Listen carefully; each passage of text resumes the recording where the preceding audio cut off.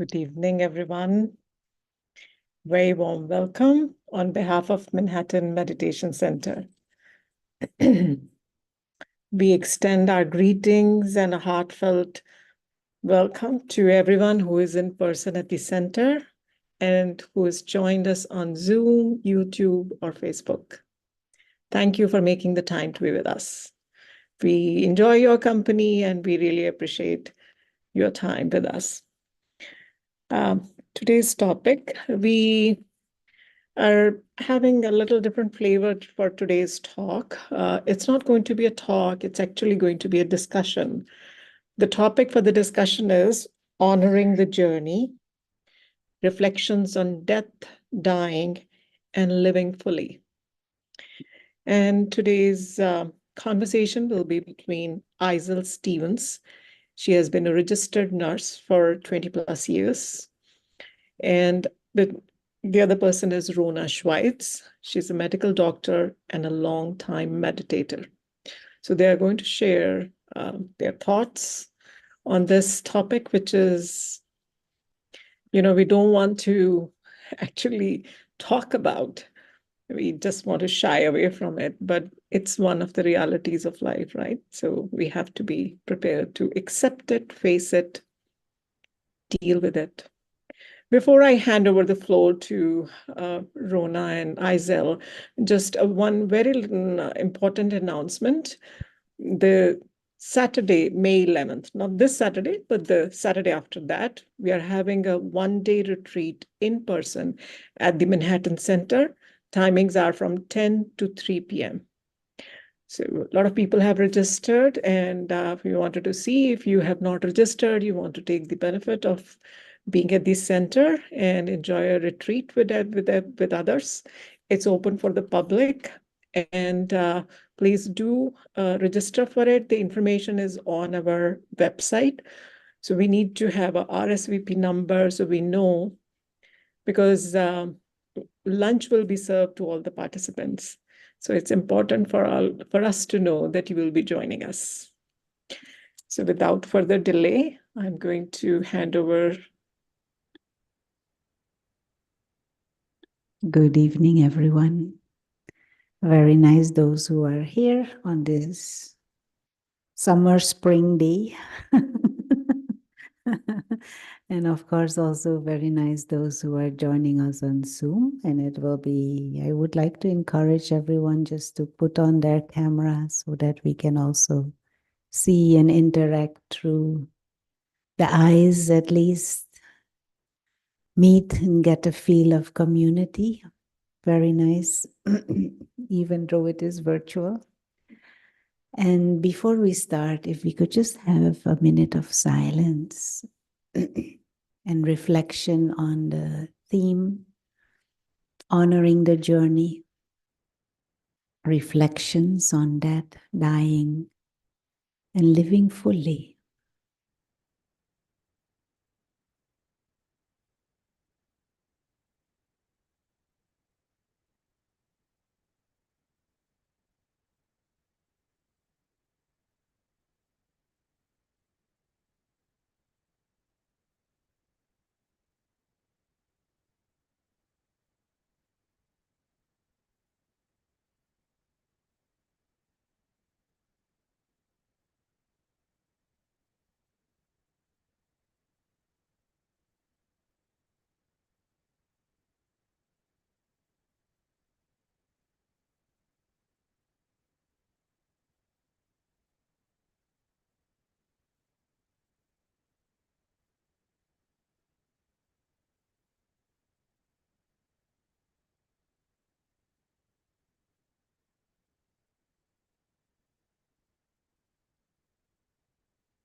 Thank you. And now I'll hand over to Izille, who will kickstart with her sharings and her experiences. Good evening, everyone.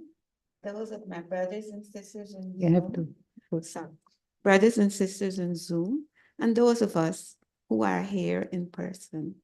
Today, Sister Rona and myself will be exploring death, dying, and living life fully. this is a topic that many of us skirt around because it is not generally pleasant. And we would rather do something that brings us satisfaction than think about leaving this precious body that God has given to us.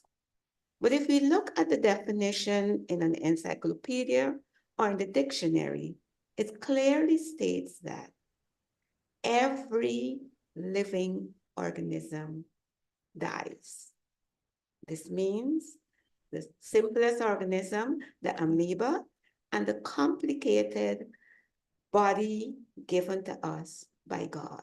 We all die.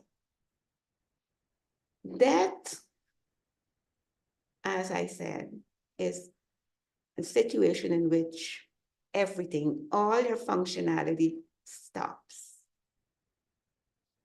It is that area that many of us have not grappled with or thought about, right?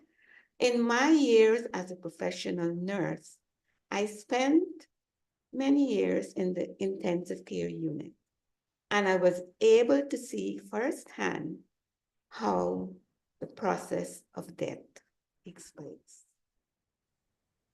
As someone is dying, which is the sister to death. Death is everything stops, and dying is the process that you go through to have death.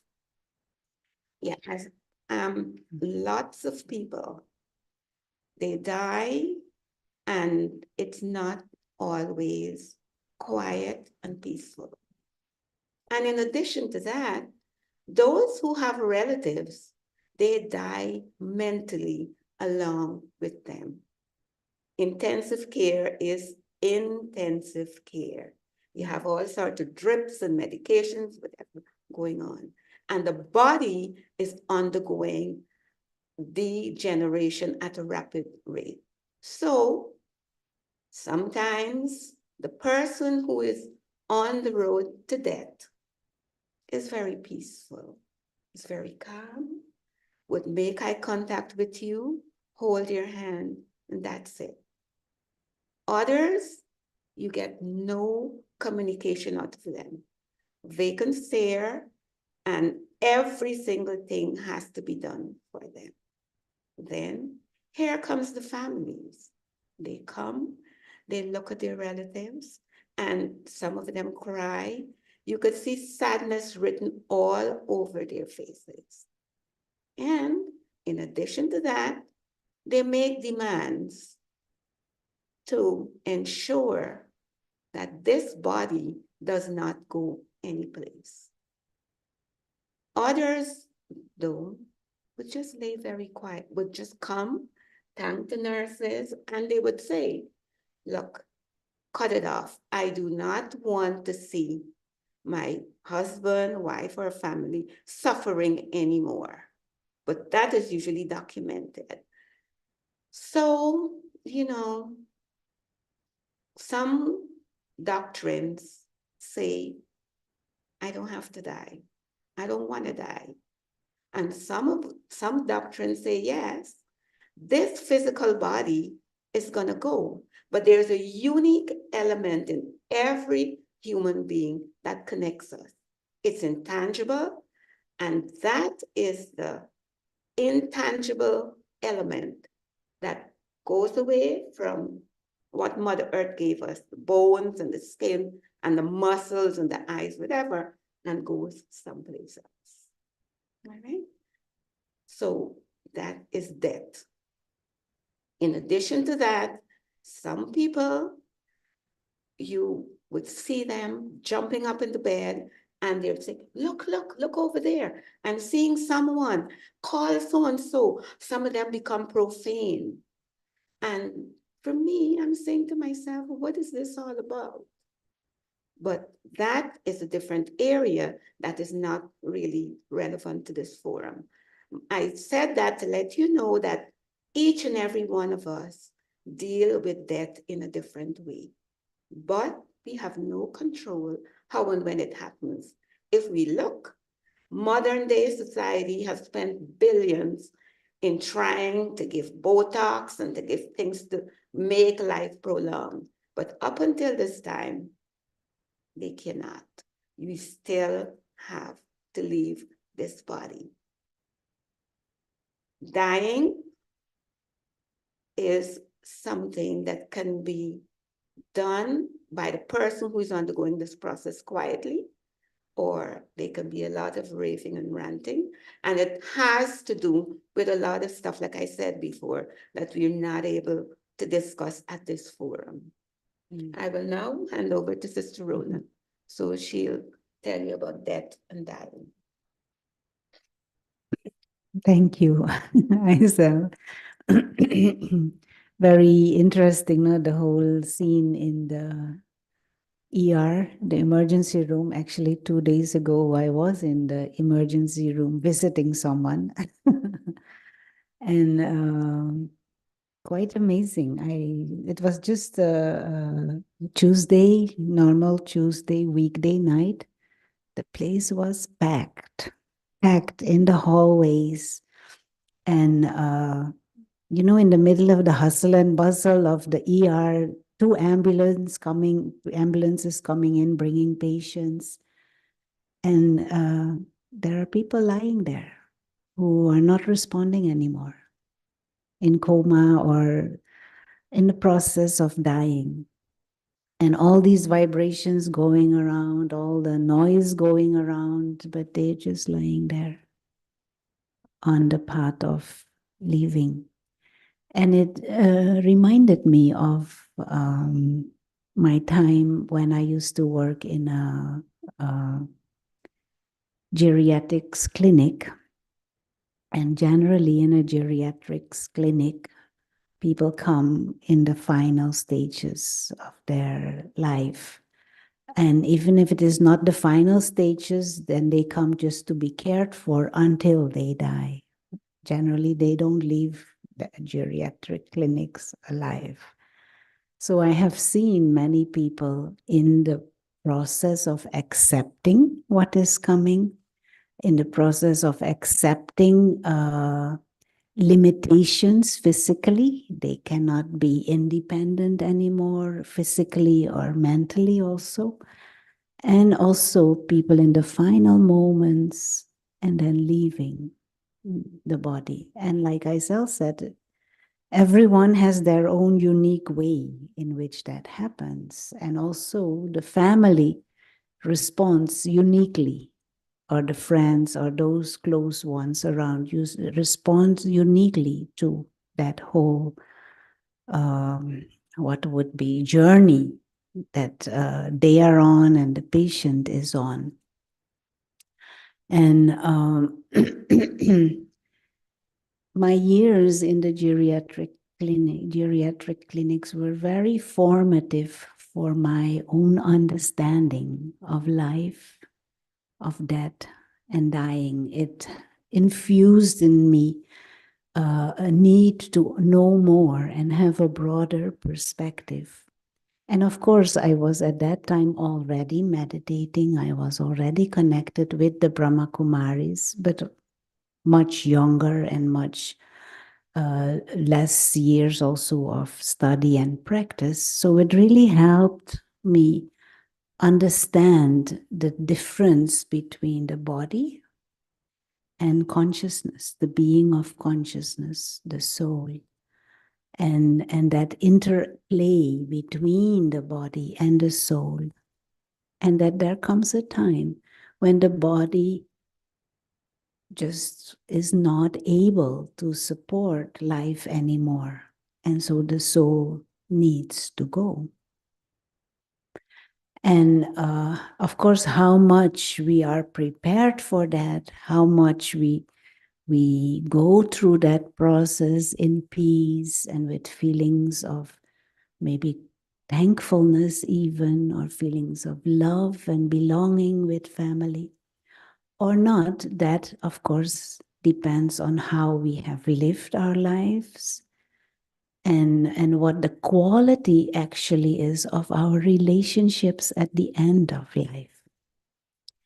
And one of the things that really, really deeply struck me is that many, many people say when they are in those final stages, doesn't mean the day of that, but in those final weeks or months leading up to that, is the deep realization that many of the things that they pursued during their life were actually not the things that are really important. And I've seen many people say that or express that in different ways and verbalize that in different ways, that when they come at that stage of life that they are as if looking death in the eyes and looking back on life, that they feel that they that many of the things that they used to think were important actually are not so important. And that things that they least paid attention to, that those are the things that actually are much more important at those final, in those, what is it, the last stage, so to say, of life. And one area that is very impactful for many is the quality of the relationships that they have nurtured during their life.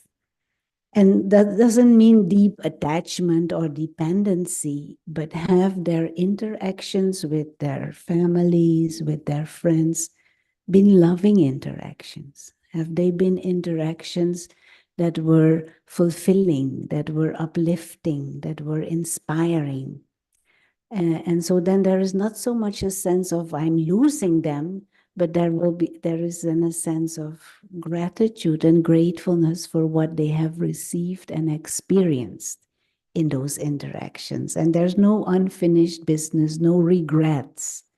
No regret is like a big burden for it is as if you're unfinished business. You have to leave, but you're not really satisfied with what has been transpired, what has transpired with certain people.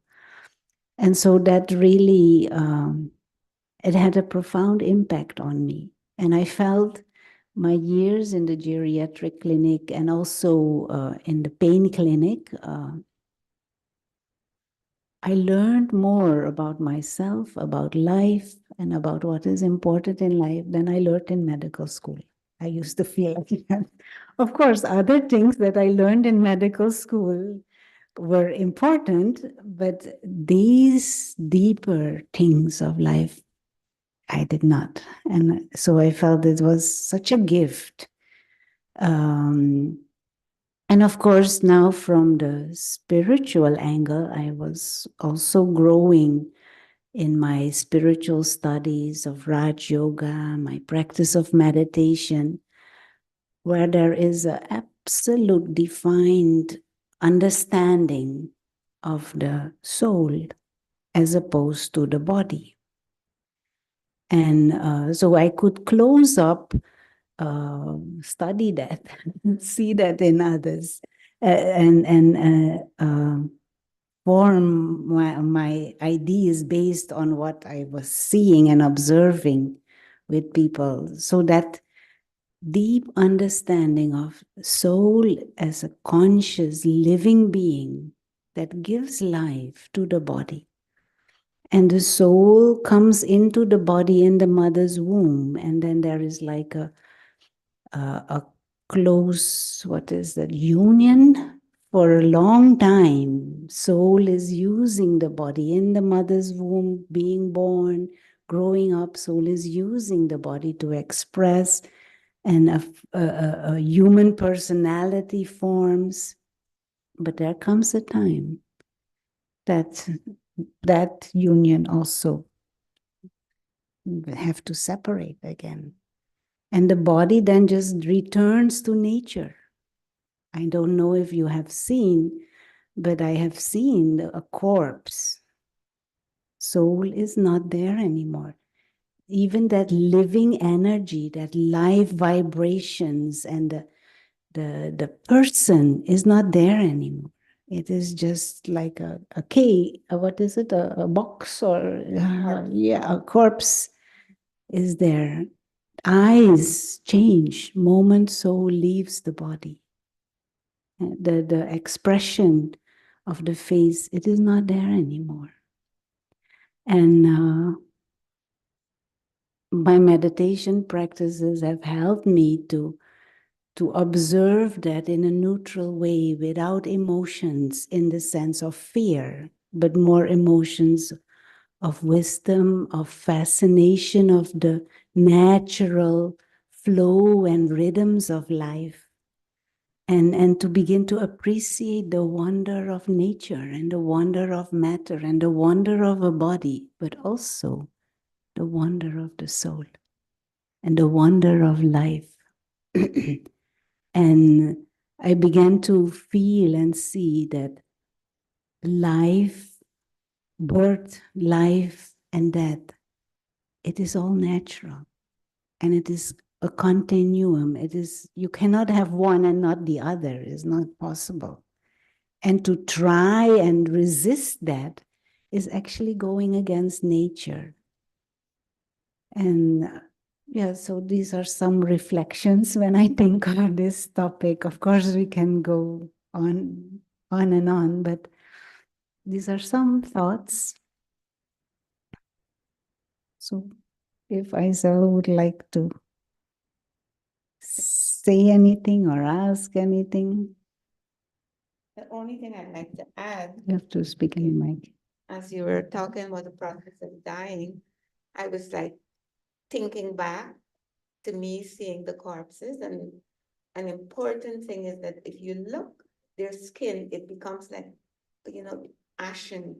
There's no, the color is so pale, it's so ashen. And in addition to that, control over your bodily organs is gone. Yeah. Is gone. Everything, yeah, it's gone. Yeah, they say, in the process of dying, in the process of dying, what happens is that gradually, as if life withdraws from the body. And so vision becomes blurred, you can't see, taste, smell, it gradually. And the last thing that goes is your hearing. So people hear until almost the moment they leave the body. So, and this is very useful to be aware of, especially if you're in the presence of somebody who is dying, or if you're caring for someone, to know that they hear. Because sometimes we talk over the bed with someone else, or know that they hear. Even if they can't see, even if they don't speak anymore, even if they stop eating, but they still hear.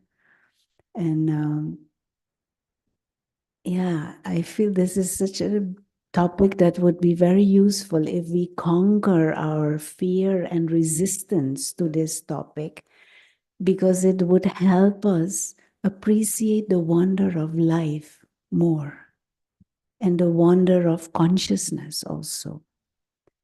And of course, in the spiritual understandings, there, Raj Yoga, there is the understanding that the soul is immortal.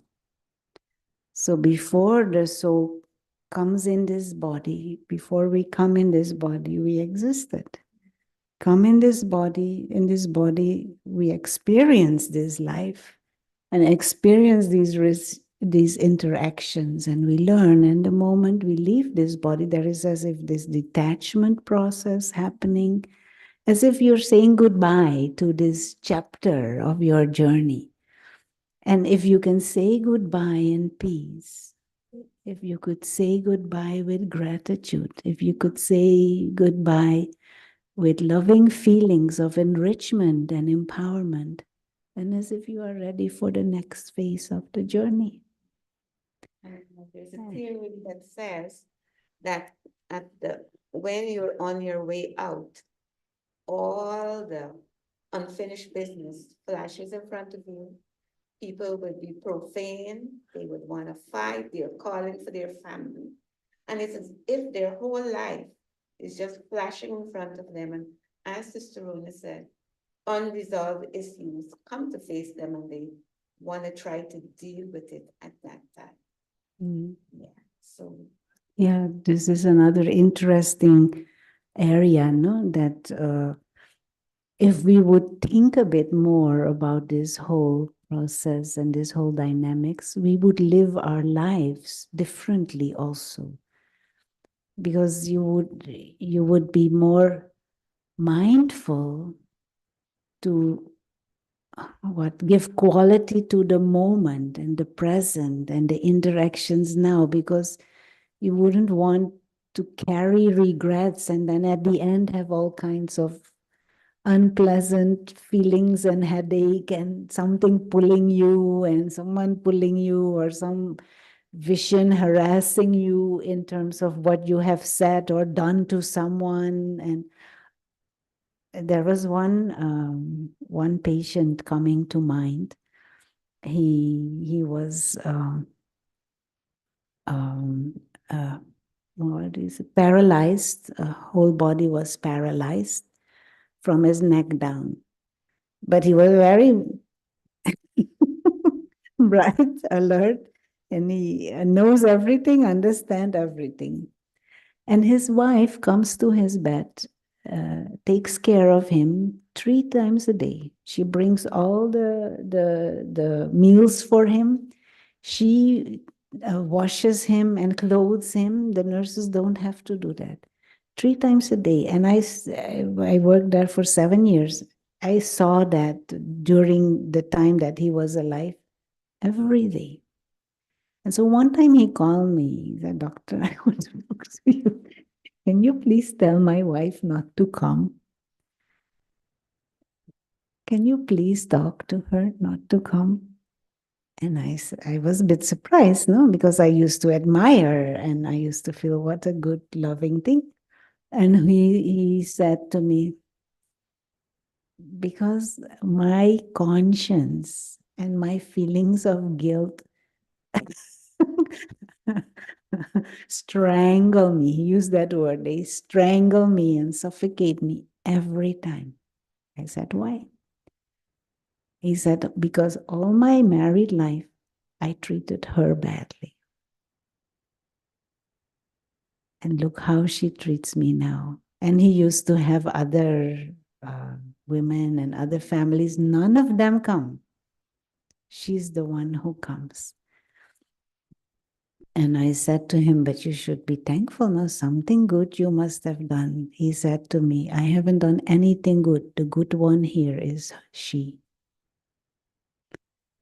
And you know, and there are many stories like that. I could tell also other stories, but what Izelle was saying, certain unfinished business, there are deeper laws in life where things get balanced out. And whatever we have put out comes back to us, or we will be having realization based on things happening to us.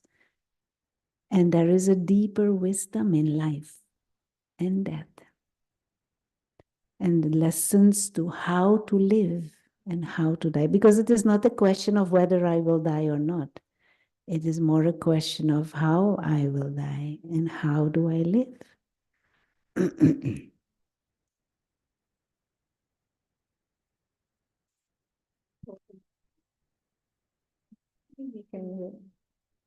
Yeah, closer. you can tell I'm a novice with using It's the, on? yes, Yeah, it's on. okay. You Yeah. can tell I'm a novice with using the microphone, but that's fine. I'm learning. Okay, we'll now go on to the next, the third aspect of our journey today, living life fully. This is a very deep topic. It's very broad and expansive, and it's also very narrow. And what I mean by this is that each and every one of us has to make choices. We do make choices about how we live our lives. A lot of psychologists and sociologists have studied quite extensively on the human mind and the choices that we make. And I distinctly remember Maslow. He is the one who spoke about the hierarchy of needs.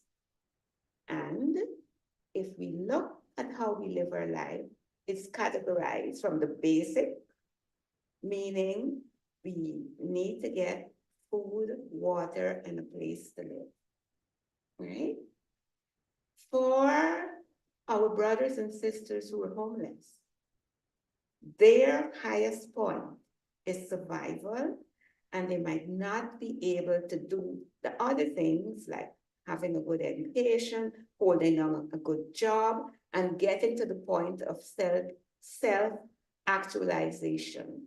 When you are there, your life is full, meaning that you don't only have things that are physical, like a beautiful house and a Porsche car and lots of money in the bank, but people take care of their physical needs as well as their spiritual needs. And when you get there and there's a good balance, then you have reached the point of self-actualization. But we need to remember on our life journey, we could be there today and down to our basic needs tomorrow, which would take us to the bottom of Maslow's hierarchy of needs. And it all boils down to who we are, how we live our life, and what we do with what God has given us. For some people, they have to have 2 and 3 degrees. That's fine. A lot of money in the bank, and they go to Rome and they want to go to the moon, whatever. Make electric cars, that's perfectly fine. But if you live in a silo, from my perspective on living life fully, it makes no difference. Because a lot of people with tons of money and houses and the best cars, and they can go to the moon, they're very unhappy because that element, the consciousness, is not developed by them focusing on who brought us here, why we're here, and so a lot of times they are unhappy. For me, living a life fully equates to having a decent place to live. I've had a rich life as a nurse, and I live my daily life trying to help someone else along the way so that my living will not be in vain. I help my patients at various levels, and in addition to helping them to become better, spiritually, I would talk with them. I just came off an assignment where I sat on the phone all day and interacted with the patients to make sure that once they left the hospital, they had everything that they needed to prevent them from coming back. And if anything was deficient, Izille got off of her chair, went to the parties concerned, engaged them in a professional manner, and pointed out to them that this should not happen. We got to correct it. At the end of those days, I came home satisfied because I said the God that chose me, along with my spirituality, to be doing that, I am helping my brothers and my sisters. And for me, that is having a full life and living life fully. In addition to that, my spiritual organization, the Brahma Kumaris, is what I live and breathe. I do the best that I can. I try. I connect with God and He teaches me. And I come, I use my hands, I use my spirituality in order that my life is full. I'm not perfect. I'm on a journey. But I know that my living is not in vain. We need, as human beings. We need to get away from being selfish because our beloved Father had no hands and feet. He uses us to help our fellow men. That is living my life fully. For someone else, I might tell you, I need 20 cars. I need $1 million in the bank. But if they don't focus on the spiritual and the physical, then they could never get to where Maslow said that is the highest that a human being can achieve, self-actualization. That and that for in my book, their life is not full. Mhm. Over to you. Thank you. What came to mind when Izille was sharing is my grandfather. On his funeral, cremation day, there was one song that he had picked that he wanted to be played during the funeral. And what is this famous singer again? Frank Sinatra song, I Did It My Way. And he wanted that song to be played 3 times during the ceremony. And so be outside of the spiritual context, if I think of someone I personally know who lived a life fully and contentedly, I think of my grandfather, and he had picked that song 3 years before he actually left the body, because that is how he felt. He did it, I did it my way, and I'm happy with it. I am content with it. I am full. And growing up as grandchildren, one of the teachings that he always gave us is you have to do 3 things. You, you have to live your life in the present with values and principles. You need your values and live them according to what you believe is right, the present. The second thing you have to do is invest in yourself. Always learn, always grow, always study.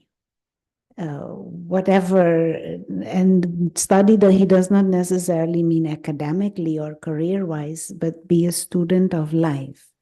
And he was Roman Catholic, and so that was partly his source of study and growing and learning, but also he had other interests that helped him thereby. And the third thing he said is you have to give back. You have to give back to society. You have to give back to the community. You have to give back what you have received. And as children growing up, of course, you don't understand fully, and some of the things you don't want to listen and you don't want to definitely do. Because he was even to the extent that he used to tell us this with money. Our pocket money, we had to divide in 3, and 1/3 we have to use for others. As a child, you don't want to do that. But growing up and later on in young adult life and later on adult life, I started to appreciate these things that he used to say. And he said a life fully, properly lived is when you do these 3 things. And he said there will always be challenges, there will always be hiccups, there will always be obstacles, there will always be unexpected things, but you will be strong to deal with them, and you will be able to appreciate the beautiful things that are there also. You will be able to empower yourself with whatever comes to you, and you will be deeper inside, there will be a sense of fulfillment and self-respect because you have given also. What Izille is calling, my life will not have been in vain. I have given of myself. And so learning that, seeing that even within the family context, it kind of helped me, set out certain ideas for my own life. But I was very, like, what to say? I had questions about life in general. And that led me ultimately to come to the Brahma Kumaris and started to meditate, started to study daily. And based on these, on the spiritual understandings, I started to make certain decisions for my life and for my lifestyle and my habits in life, how I eat, how I sleep, what is my daily routine, how I interact with others, what kind of relationship I have with others. That spirituality infused that. And so for me, a life fully lived became a life aligned with spiritual principles. And a even deeper, fulfilling aspect of this is a life lived with God, in the company of God, and experience the presence of the divine as a friend, as a mother, as a guide, as a companion, as a father. And so that aspect of life opened up to me, and I began to explore that.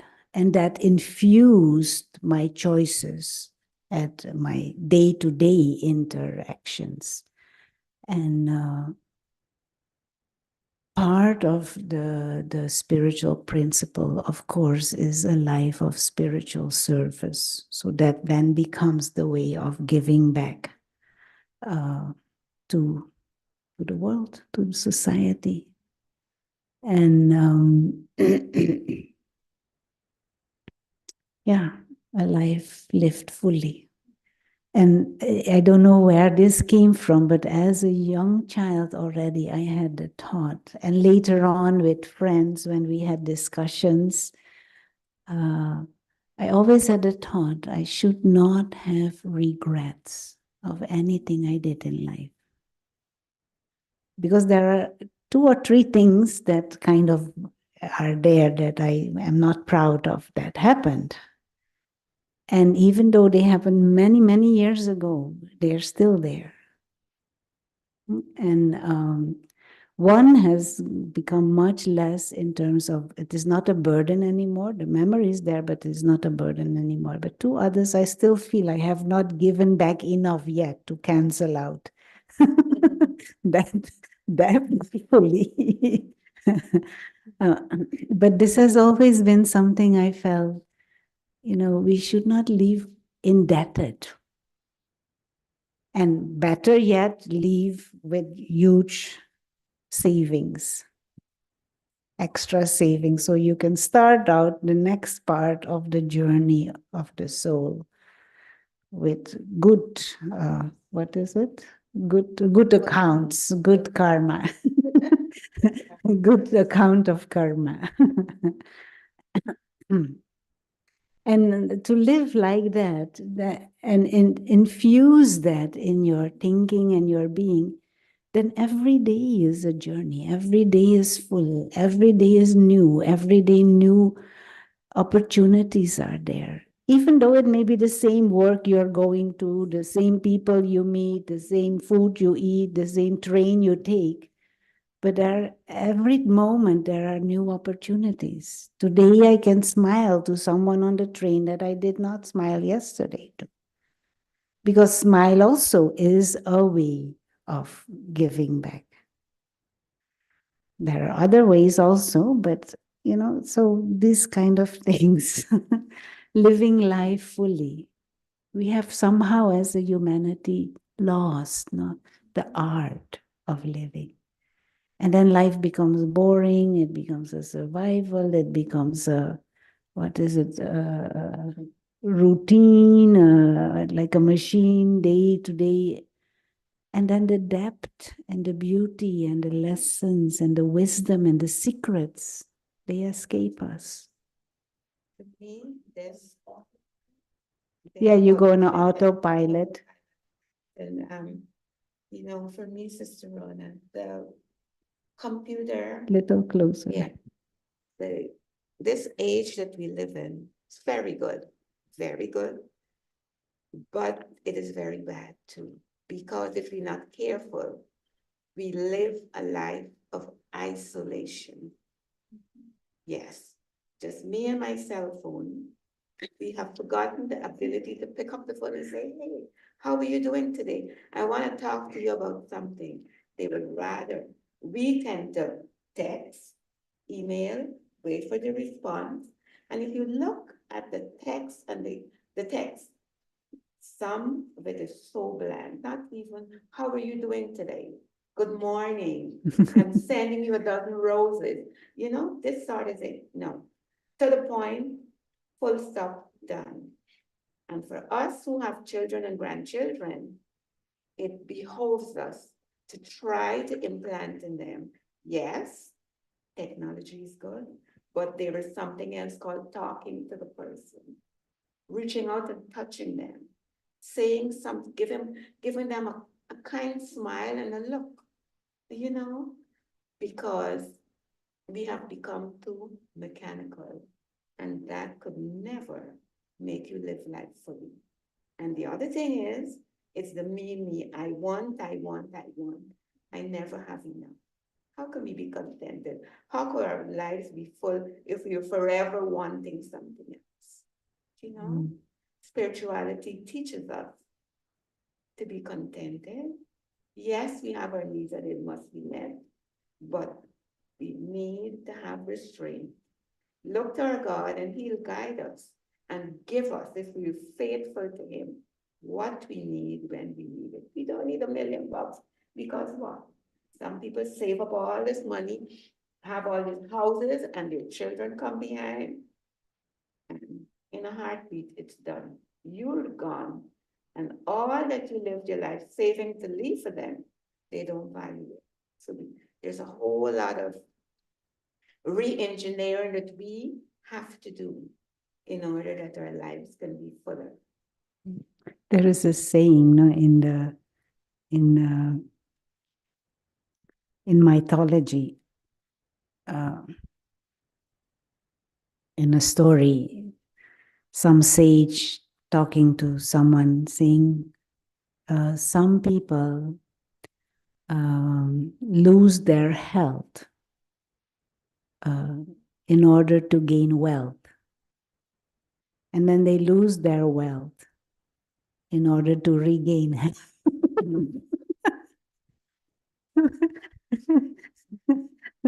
They spend all their money trying to restore their health. And I'm laughing but it is not really funny actually, but to be light about it and to truly reflect more deeply on these things. We would like to open the floor to others, and I'm seeing that Melody raised her hand. Hello. Hello, Melody. Very Good nice to evening. join us. Yeah. Do you hear me well? Yes. We hear you well. Yeah. Yes. Thank you. Thank you for this session. Very unusual, if I can say it like that, as a subject. And my question is more about death and the attitude towards it.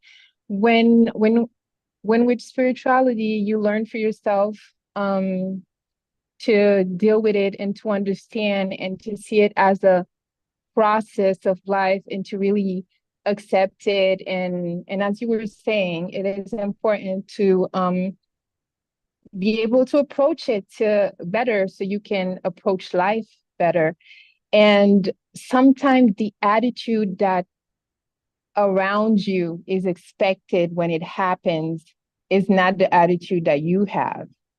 And my question is more like, how, what would be the right attitude, for example, when people would think that you're indifferent towards it, or that you're not touched by someone departing, if it was someone that maybe was close, or in the way that someone left, if it's, you know, in a violent way, or if it's um like abrupt way, and then you don't really react how people would expect you to react, like with shock.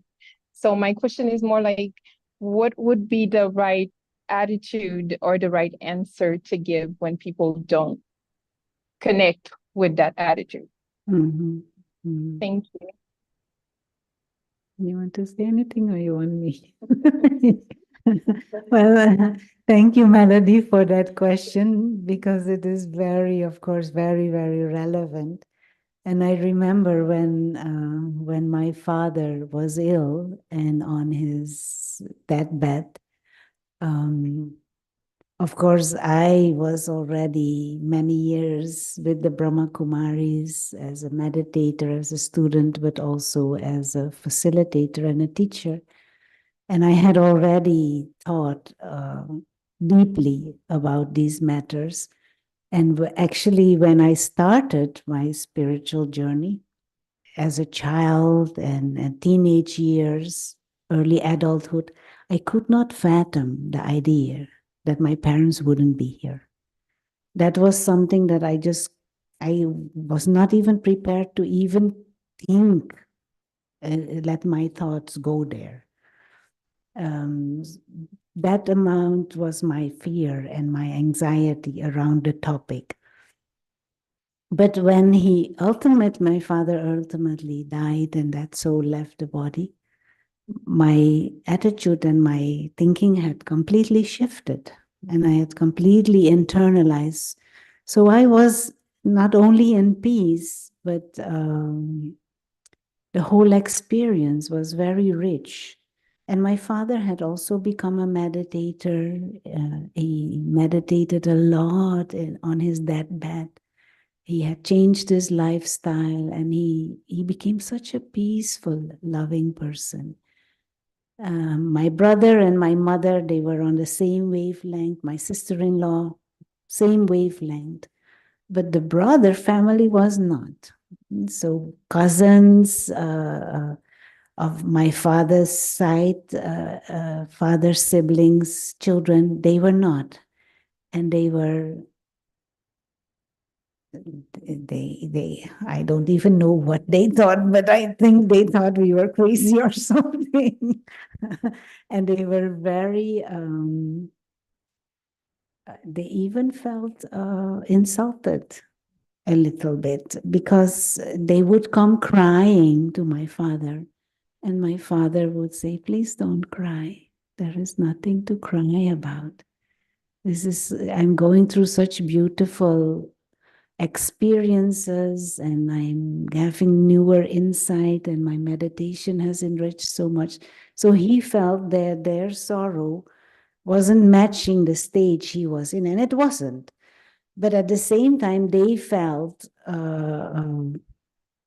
not taken seriously and they felt rejected and they felt as if their love didn't matter to us, but also not to my father. And some of that has not restored until today, I must say, in terms of that we don't mingle that much or meet them. And I'm not sure if we could really prevent some of that, because each individual has his own right to learn and to grow in their own understandings and their own experiences. And I would not have wanted to deprive my father from his journey into whatever he was experiencing and preparing him for his leaving and his next chapter. But at the same time, him lovingly detaching, they did not like that and they couldn't handle that. But the way that I deal with that in my own head is sooner or later, those scenes and those experiences will be lessons for them on their journey. Because they will sooner or later have to face these situations, if not for others, for themselves at least. And maybe the memory of my father being so at peace and so loving and not in sorrow and not feeling that they should be in sorrow, maybe that will help them at that time. And of course, to the extent that we are more mature in our experiences of peace, experiences of contentment, experiences of fulfillment, and more that is strong, those vibrations may reach them and help them. But ultimately, it is also up to them to do their own homework or live their own journey as such.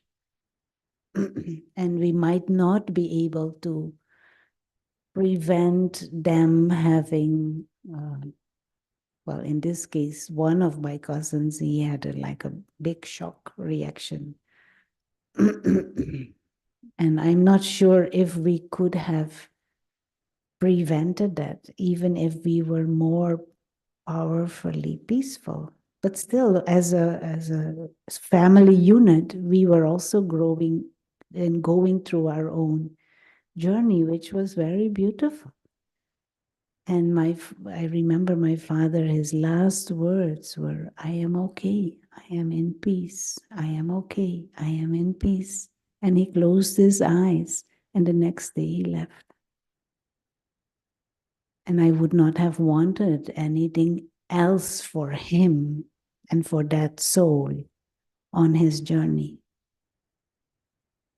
So I'm not sure if that might not be an easy, quick fix that Melody is looking for, but to respect others also in their journey. And sometimes we just need to have certain experiences that later on in life we will value, which we at that moment could not digest as such. So maybe, at least that is how I, in my own mind, deal with that. And I still have a lot of feelings of love, lot of feeling of appreciation for my cousins. But I also know that they also have to live their own journey. If I can jump in. Hold the mic. Yes. But crying and screaming and behaving unseemingly, sometimes I feel, and I might be wrong, sometimes it's because that person that passed, sometimes the family might have been closely attached to them, but in other instances, they did not treat the person when they were alive in a respectable way, and they go through a lot of regrets. They go through a lot of regrets. Yeah. My mom died, and none of us, no one cried. There are two, we are now three Brahmins, but there were two, myself and another sister. And the other they went to the Anglican church or Roman Catholic. No one cried. Because she lived a full life. She was 98, and we didn't see the need. And she said, "I'm ready to go." And she stopped eating for 1 week, and her soul exited. So the reasons why people cry and behave unseemly are multi-layered. A lot of them do it because they did not treat the person well when they were alive. That's attachment. And then in some cultures, crying and carrying on the funeral is a thing that is done. Yeah. Yeah, and maybe this is a scene in life, because also these type of scenes are inevitable. No? It is not like it is you have a choice to avoid this. These are inevitable scenes in life.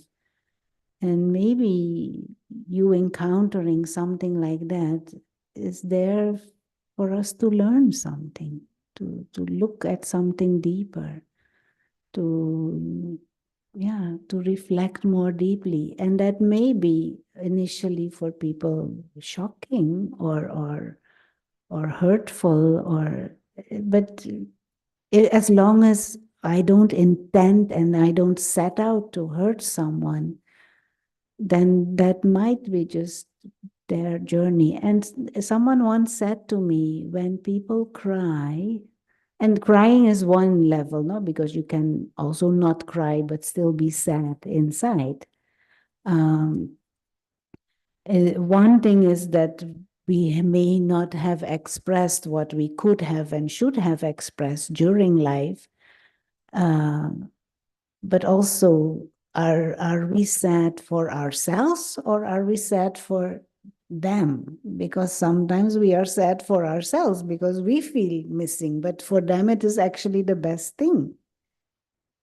So to check for myself inside also, am I coming really from love and compassion? Someone who is 98 who has lived a full life, let them go. I remember my grandmother, she lived in an age where there were no cars. And then she had to adopt to cars, she had to adopt to cell phones, she had to adopt to all these things. There comes a time when it is just beyond them. The customs change so much, as if the soul is ready to put a full stop behind this chapter. And now needs to live and experience and breathe something else. Next phase. And to be equipped for all these changes that are now at present here. But of course, we need to reflect on these things and think more deeply on these things. If we're living a bit superficially, we just go with what is the custom, and the custom is being sad. That is another thing. Like Isa was saying, in some cultures, that is just what is done. You are sad and you cry without necessarily having deeper rational reasons for it. Can I ask both of you, from the people that you've spoken to, the ones who say that they had lived their life, what was the most important thing that they felt that they should have done? Because I remember you mentioned something about that. Yeah, from my experience, most of the people who were not necessarily deeply religious or deeply spiritual, what they said, they should have invested more in quality of relationships. And especially quality of relationship with the people close to them, their family unit, siblings, parents, children. They should have invested more in that and less in pursuing other worldly gains. Of course, spiritual people or religious people, they feel generally that they should have invested more in their religious understandings and practices, or in their relationship with God. I haven't come across anyone who said they should have made more effort to make more money. I haven't come across anyone, and I have seen quite a big number of people die. I have seen people attached to their money, yes, and then they suffer in their final moments thinking of, oh gosh, I now poor, I don't have anything, or my children will squander everything. That, yes, but fighting for that. But I haven't seen anyone who said I should have spent more time making more money. Maybe there is, but I haven't come across. I don't know myself. We do have to stop it. We're over time already. But a nice topic, no? I think nice may not be the right word, but Good topic to explore. yeah. Okay, thank you. We do have to close. We're over time already. And of course, you are all welcome every Thursday. And Anita had already mentioned in the beginning, Saturday, May 11th, we'll have a one-day retreat, meditation retreat here at the center, but it is in person. And you have to register for that, save your spot. But also end of this month, we will have a similar topic with Dr. Angeli Grover, in the presence of endings. So she will share her experiences with, of course, mainly patients. She has very interesting experiences of the COVID times because she was attending, I don't know how many COVID patients in the beginning of the pandemic and during the pandemic and ongoing, of course, now whenever there are very interesting experiences about soul to soul connection also, because there was a time when they could not even touch, the patients, they could not come close. So she will share her experiences on that topic. So save that date in your agenda. But every Thursday and every other event, you are always most welcome. In person, of course, we welcome you a little bit extra. But on Zoom, we are also very happy you're joining. Okay, so let's close with a moment of silence.